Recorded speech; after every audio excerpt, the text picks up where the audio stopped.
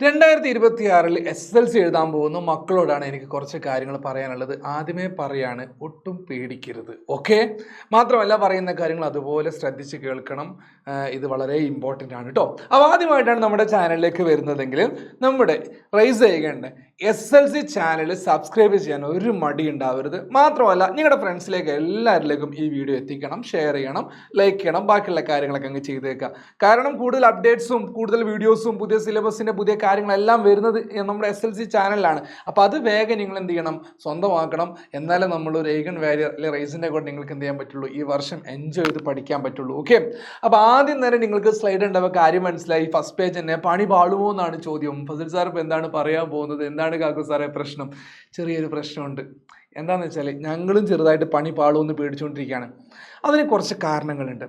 ഈ SSLC 2026 അത് വലിയൊരു ടാസ്ക്കാണ്. ടീച്ചേഴ്സിനായിക്കോട്ടെ, നിങ്ങളെ സ്റ്റുഡൻസിനായിക്കോട്ടെ ഒക്കെ. 2020 ആയിപ്പോയോ? 26 ആണല്ലോ. ഓക്കെ, 26 ഭയങ്കര പ്രശ്നമുണ്ട്. എന്താ സാറേ പ്രശ്നം? സാർ ഇങ്ങനെ സസ്പെൻസിൽ അതങ്ങ് പറ. ഒന്നാമത്തെ കാര്യം, നിങ്ങൾക്ക് എല്ലാവർക്കും അറിയാവുന്ന പോലെ പുതിയ സിലബസ്. സാർ ന്യൂ സിലബസ്, പുതിയ ബുക്ക്, ഞങ്ങൾക്ക് പുതിയ റിച്ച് ടീം, ഞങ്ങൾക്ക് പുതിയ സിലബസ്, ഞങ്ങൾ വേറെ വൈബ് ടീം. ആ മൈൻഡിൽ ആരും ഇരിക്കേണ്ട. ഇതൊരു പണിയാണ്. നിങ്ങൾ 9ാം ക്ലാസ്സിൽ പുതിയ സിലബസ് പഠിച്ചില്ലേ? എന്തായിരുന്ന അവസ്ഥ? അതിൻ്റെ മുമ്പത്തെ 9ാം ക്ലാസ് നിങ്ങൾ പഠിച്ചിട്ടാണ് ഈ വർഷത്തോ കഴിഞ്ഞപ്പോൾ 9ാം ക്ലാസ് പഠിക്കുന്നതെങ്കിൽ എന്തായിരിക്കും അവസ്ഥ അറിയോ? എൻ്റെ ദൈവമേ, എന്ത് മാറ്റമാണ്, എന്ത് പ്രശ്നമാണ്, അങ്ങനത്തെ തോന്നലാണ് ഉണ്ടാവുക. കാരണം അത്ര ഹെവിയാക്കി മാറ്റിയിട്ടുണ്ട്. നല്ല ഡോസ് കൂട്ടിയിട്ട് 9 വന്നത്.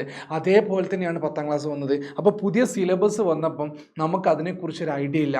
അതെങ്ങനെയാണ് കൂടുതൽ കുട്ടികളിലേക്ക് കൺവേ ചെയ്യണമെന്നുള്ള ഒരു ഫുൾ കമ്മ്യൂണിക്കേഷൻ ടീച്ചേഴ്സിന് കിട്ടിയിട്ടില്ല ഇതുവരെ. അത് കിട്ടും, അതില്ലെന്ന് പറയുന്നില്ല, മീറ്റിംഗ് ഒക്കെ കൂടി കിട്ടുമായിരിക്കും.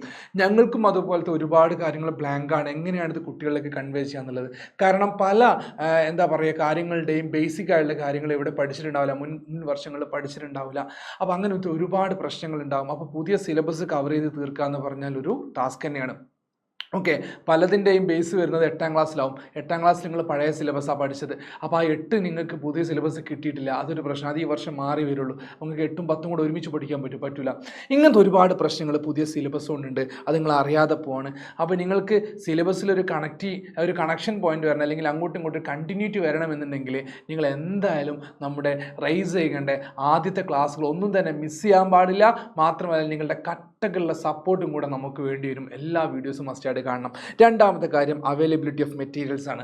നമുക്കൊക്കെ ഇപ്പം കഴിഞ്ഞ വർഷം എനിക്കും അജ്സൽ സാറിനും കൂടെ വാട്സപ്പ് കമ്മ്യൂണിറ്റി ഗ്രൂപ്പ് ഉണ്ടായിരുന്നു. അതൊക്കെ ഞങ്ങൾക്ക് മെറ്റീരിയൽസ് എന്ന് വെച്ചാൽ അത്രയും മെറ്റീരിയൽ പഠിച്ച് തീർക്കാൻ പറ്റാത്ത അത്രത്തോളം മെറ്റീരിയൽസ് ഉണ്ടായിരുന്നു.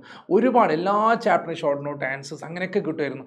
കാരണം ഇതൊക്കെ മുൻ വർഷങ്ങളിൽ പ്രിപ്പയർ ചെയ്ത് വെച്ചതാണ്. നമുക്ക് വെറുതെ ഇട്ട് കൊടുത്താൽ മാത്രം മതി. ഇവിടെ പുതിയ സിലബസ് വന്നു. മുൻ വർഷങ്ങളിലെ മെറ്റീരിയൽസ് എന്തെങ്കിലും ഉണ്ടോ? ഒന്നുമില്ല. നോട്ടുണ്ടോ? ഇല്ല. ക്വസ്റ്റ്യൻസ് ഉണ്ടോ? ഇല്ല. മോഡൽ ക്വസ്റ്റ്യൻസ് ഒന്നുമില്ല. ഒരു സാധനവും ഇല്ല. അപ്പോൾ എന്താ നമ്മൾ ചെയ്യുക? അറിയില്ല, പുതുതായിട്ട് ഉണ്ടാക്കണം.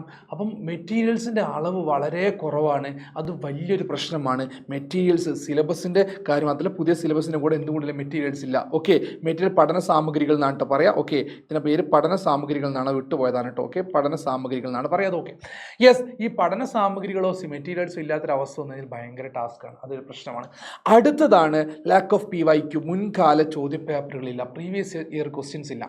10ാം ക്ലാസ്സിൻ്റെ ഏറ്റവും വലിയ അഡ്വാൻറ്റേജ് എന്താണെന്ന് വെച്ചാൽ, ഏറ്റവും വലിയ മെറ്റീരിയൽ റിസോഴ്സ് അല്ലെങ്കിൽ ആ ഒരു റിസോഴ്സ് എന്താണെന്ന് ചോദിച്ചാൽ അത് പ്രീവിയസ് ഇയർ ചോദ്യങ്ങളാണ്. കാരണം റിപ്പീറ്റ് ചെയ്ത ചോദ്യങ്ങളുണ്ടാവും. ചോദ്യപേപ്പറിൻ്റെ പാറ്റേൺ, ഘടന മനസ്സിലാവും. എങ്ങനെയാണ് ചോദ്യങ്ങൾ, അതിൽ ചോദ്യങ്ങളുടെ കട്ടി, ഒരു കാഠിന്യം അത് മനസ്സിലാവും. ഇതൊക്കെ അറിയണമെന്നുണ്ടെങ്കിൽ മുൻ വർഷത്തെ ചോദ്യപേപ്പറുകൾ എടുത്ത് നോക്കണം. ഇവിടെ അതില്ല. കാരണം സിലബസ് മാറി. കഴിഞ്ഞ വർഷത്തെ അല്ലെങ്കിൽ ഈ വർഷം എഴുതിയ ചോദ്യപേപ്പർ ഏതാ? പഴയ സിലബസാണ്. അപ്പോൾ ഏറ്റവും വലിയ ടാസ്ക് എന്ന് വെച്ചാൽ ഒരു വർഷം 3 ചോദ്യപേപ്പർ ഇറങ്ങും. അതായത് മോഡൽ എക്സാം, ഫൈനൽ എക്സാം, പരീക്ഷ, ഇങ്ങനെ 3 ചോദ്യപേപ്പർ. അതേപോലെ നിങ്ങൾക്ക് ക്രിസ്മസ് എക്സാമും അതുപോലെ ഓണം എക്സാമും ഉണ്ട്. ഇങ്ങനെയുള്ള ടോട്ടൽ 5 ചോദ്യപേപ്പർ ജനറലായിട്ട് വരുന്നുണ്ട്. ഈ 5 ചോദ്യപേപ്പറും നിങ്ങളുടെ കയ്യിലുണ്ടാവില്ല. ഫൈനൽ എക്സാം മാത്രം 3 ചോദ്യപേപ്പർ ഉണ്ട്. ഇത് നിങ്ങൾക്ക് കിട്ടില്ല. കാരണം PYQ ഇല്ല, മുൻകാല ചോദ്യപേപ്പറുകളില്ല. നമ്മൾ ഉണ്ടാക്കിയിട്ട് വേണം മോഡലായിട്ട്. അല്ലെങ്കിൽ ഗവൺമെൻറ് നമുക്ക് തരുമായിരിക്കും. ഓക്കെ, SCERT നമുക്ക് അവൈലബിൾ ആക്കുമായിരിക്കും. എനിവേ ഇതുവരെ നമ്മളുടെ കയ്യിലൊന്നും കിട്ടിയിട്ടില്ല. അത് വലിയൊരു പ്രശ്നം തന്നെയാണ്. അവ ചില്ലറ ഇടങ്ങാറൊന്നുമല്ല നമുക്ക് വരാൻ പോകുന്നത്.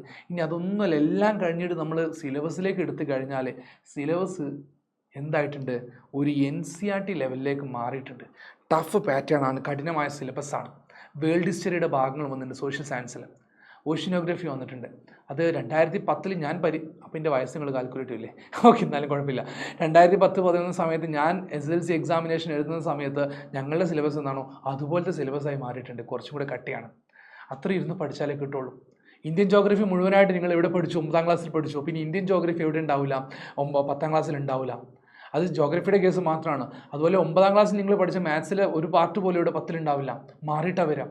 അപ്പോൾ എനിവേ നിങ്ങൾക്ക് ടഫായിട്ടുള്ളൊരു സിലബസാണ് നിങ്ങളുടെ മുമ്പിലേക്ക് വരാൻ പോകുന്നത്. ഒരു നിമിഷം പോലും നിങ്ങൾ എന്ത് ചെയ്യരുത്, വെറുതെ ഇരിക്കരുത്.